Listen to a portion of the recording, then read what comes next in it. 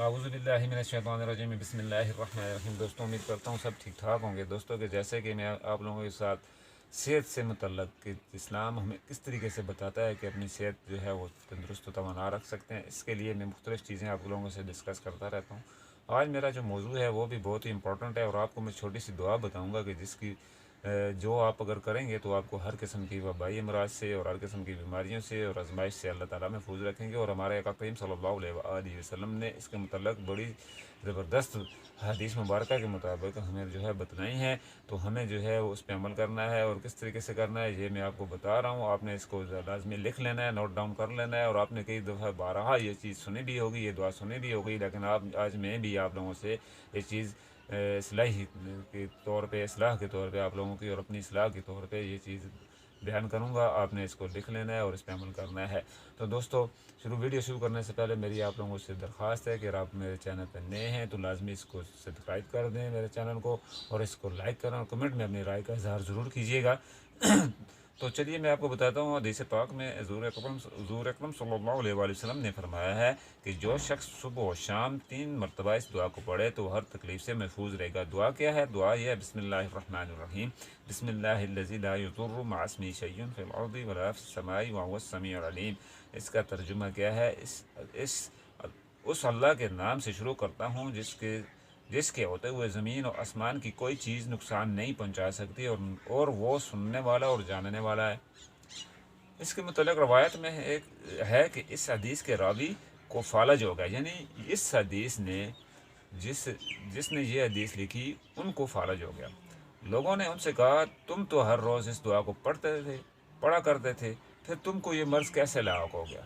यानी कि तंज़िया कह लें या वैसे सवाल पूछा कि भाई अगर आप जो हैं ये पढ़ते थे, तो फिर अगर आप कहते हैं कि इतनी ज़बरदस्त ये दुआ है, तो फिर क्यों आपको ये मर्ज़ लाहक हो गया? अब आगे जवाब देखें। हम जो है कितनी कोताही कर जाते हैं ना, और फिर जब अल्लाह की तरफ से आजमाइश आती है तो अल्लाह भी ऐसे काम हमसे करा देते हैं ना। ज़रा देखें, लोगों ने जब उनसे पूछा कि आप तो हर रोज़ दुआ ये पढ़ते थे, तो आपको क्यों ये फालज हुआ? इस तरह से तो हो नहीं सकता कि अगर आप इतने यकीन के साथ कह रहे हैं कि ये दुआ पढ़ने से बीमारी नहीं लगती, तो फिर आपको क्यों?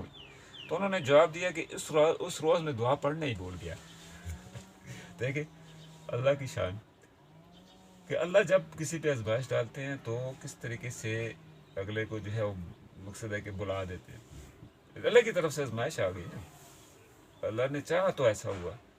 जब तक अल्लाह ने चाहा इनको बीमारी से महफूज रखना, उनको याद रही, और जिस दिन उन्होंने नहीं पढ़ी उस दिन उनको बीमारी ने आ लिया। तो मतलब कहने का ये है कि इंसान ये चीज़ मत तखज़ करे ख़ुद से कि भाई हाँ मैं जो है वे करूँगा वो करूँगा तो ऐसे होगा वैसे होगा। ये चीज़ नहीं है। जब अल्लाह चाहेगा तो वो होगा, जब अल्लाह नहीं चाहेगा तो वो कभी नहीं हो सकता।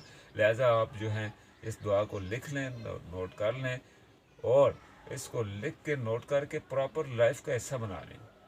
पूरी ज़िंदगी ये चीज़ अपने ऊपर भी लाजम कर लें और अपने बच्चों पे, बीवी पे, अहले खाना को भी ये चीज़ सिखला दें, क्योंकि दीन सिखाना हम सब पे फ़र्ज़ है।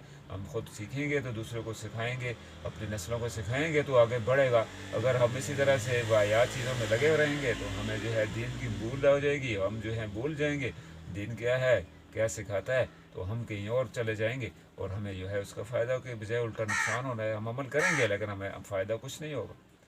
उम्मीद करता हूँ आपको मेरी बात समझ आ गई होगी और आप इस पर ज़रूर अमल कीजिएगा। और अगर कहीं में इससे गलती हो तो मुझे मेरी इस्लाह के लिए कमेंट में लाजमी जो है वो अपनी राय का इजहार कीजिएगा।